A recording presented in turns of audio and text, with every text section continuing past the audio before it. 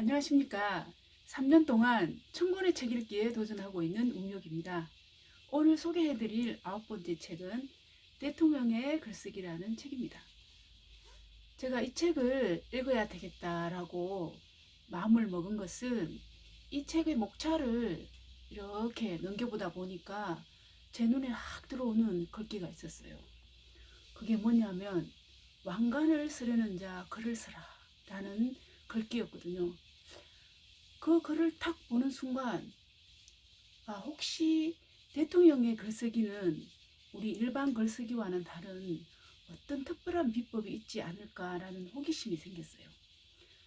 그래서 이 책을 다 읽고 났을 때는 제가 처음 가졌던 그 호기심은 충분히 충족되고, 덤으로 글로 세상을 바꾸고 싶어 했고 그것에 전력을 다했던 김대중, 노무현 두 대통령의 마음까지 읽을 수 있는 큰 행운의 선물까지 받았습니다. 여러분께서도 이 책의 제목에서 이미 알고 계시는 것처럼 이 책은 김대중, 노무현 두 대통령의 사람을 움직이는 글쓰기 비법에 관한 책입니다. 말하는 방식과 글쓰는 방법, 대통령의 연설문의 특성상 전략적으로 말을 하고 글을 쓰는 노하우까지 소개되어 있습니다. 그리고 40가지 꼭지마다 두 대통령의 차이점과 공통점을 밝힘으로써 독자들이 자기에게 맞는 글쓰기 방법을 찾아갈 수 있도록 배려까지 한 책이죠. 저는 이 책을 크게 3가지 꼭지로 나누어서 그 내용을 나름대로 정리를 했습니다. 첫 번째는 말과 글로서 국민을 사랑하는 마음과 국민들의 삶에 큰 영향을 미칠 수 있는 나라의 정책들을 공유하고 소통하려 했던 두 대통령의 마음이고요. 두 번째 꼭지는 청와대 연설 비서관들의 애환과 보람, 그리고 세 번째 마지막 꼭지는 두 대통령의 글쓰기 지침, 이렇게 크게 3가지 관점으로 이 책의 내용을 읽고 간추려 봤습니다. 여러분, 리더는 무엇으로 구성원을 이끈다고 생각하신가요? 아마 권력, 돈, 이런 단어가 떠올랐는지도 모릅니다. 이 책에서도 과거에는 권력과 돈으로 구성원을 이끌었다라고 이야기하고 있습니다. 그렇다면 지식 정보화 시대인 지금은 무엇으로 구성원을 이끌까요? 네, 정보일 수 있습니다. 근데 이 책에서는 정보보다 더 중요한 게 있다라고 이야기하고 있는데요. 그것은 바로 말과 글이라고 이야기하고 있습니다. 김대중 대통령은 지도자는 자신의 생각을 조리 있게 쉽고 간결하게 말을 하고 글로도 쓸 수 있어야 한다고 하셨고, 노무현 대통령은 권력과 돈으로 통치를 하던 시대는 다 끝났고 말과 글, 그리고 오로지 도덕적 권위만이 있을 뿐이다 라고 말씀. 김대중 대통령은 한자도 고치지 않은 적이 한 번도 없을 만큼 연설문에 대해서는 큰 관심과 열의를 가지셨다고 합니다. 노무현 대통령은 연초가 되면 1년치의 연설문에 대한 계획을 짜고 주요 행사마다 어떤 메시지를 담을지 고민하셨다고 합니다. 토시 하나도 허투루 하지 않고 읽고 또 읽고 수정하고 또 수정했던 대통령의 마음은 어떤 것이었을까요?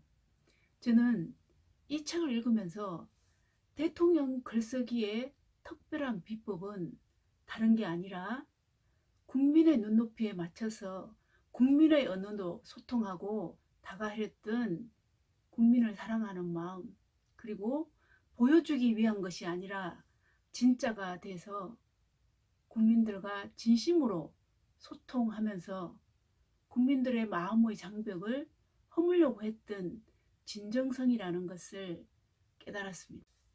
여러분, 만약에 여러분이 대통령의 연설문을 작성해야 한다면 어떤 기분이 들까요? 이 책에서는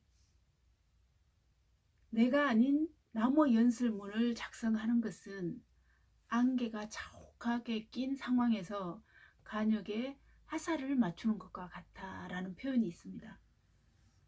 국민의 정부 때 연설문을 작성하는 과정은 대통령이 비서실장이나 공보수석에게 지시를 하고 수석은 비서관에게, 비서관은 행정관에게 지시를 하면 최종적으로 행정관이 초안을 작성해서 부속실에 출력을 해서 넣어두면 대통령이 직접 그 종이 위에다가 수정을 했답니다. 그래서 연설 비서관실에는 나름대로의 평가 방법이 있었다네요. 한두 자 정도가 적어져 수정돼 있으면 그것은 아주 잘한 만점이고요. 한 줄이 완전히 꺼서져서 좌우 여백에 수정이 되어 있으면 그 정도는 양호하답니다. 그런데 한 장을 완전히 가위포를 치고 뒷면에다가 작성을 하게 되면 좀 심각한 상태고요. 제일 심각한 것은 대통령이 도저히 수정할 수 없어서 녹음 테이프에 녹음을 해서 보낼더랍니다. 그것을 연설 비서관실에서는 폭탄이라고 했다는데요. 대부분의 연설 비서관들은 한두 번 정도 그런 폭탄을 받아본. 노무현 대통령은 깐깐한 선생님처럼 임기 5년 동안 연설 비서관실에서 선 초안에 대해서 단 한 번에 오케이 한 적이 한 번도 없었다고 합니다. 이 책에 소개되어 있는 두 대통령의 글쓰기 지침은 어떤 것인지 제가 한번 책을 보고 읽어드리도록 하겠습니다.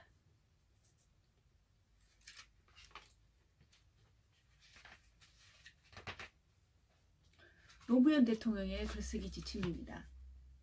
자네 글이 아닌 내 글을 써주게. 나만의 표현 방식이 있네. 그걸 존중해주게. 자신 없고 힘이 빠지는 말투는 신뢰. 뭐뭐 같다는 표현은 상가하게. 부족한 재가와 같이 형식적이고 과도한 겸양도 예의가 아니네. 굳이 다 말하려고 할 필요 없네. 경우에 따라서는 질문을 던지는 것으로도 연설문이 될 수 있네. 비유는 너무 많아도 좋지 않네. 쉽고 친근하게 쓰게. 글의 목적이 무엇인지 잘 생각해보고 쓰게. 설득인지 설명인지 반박인지 감동인지 짧고 간결하게 쓰게. 군더더기야말로 글쓰기의 최대적이네. 수식어는 최대한 줄이게. 진정성을 해칠 수 있네. 기왕이면 스케일을 크게 그리게. 일반론은 신뢰. 누구나 하는 얘기 말고 내 얘기를 하고 싶네. 다음은 김대중 대통령의 글쓰기 지침입니다.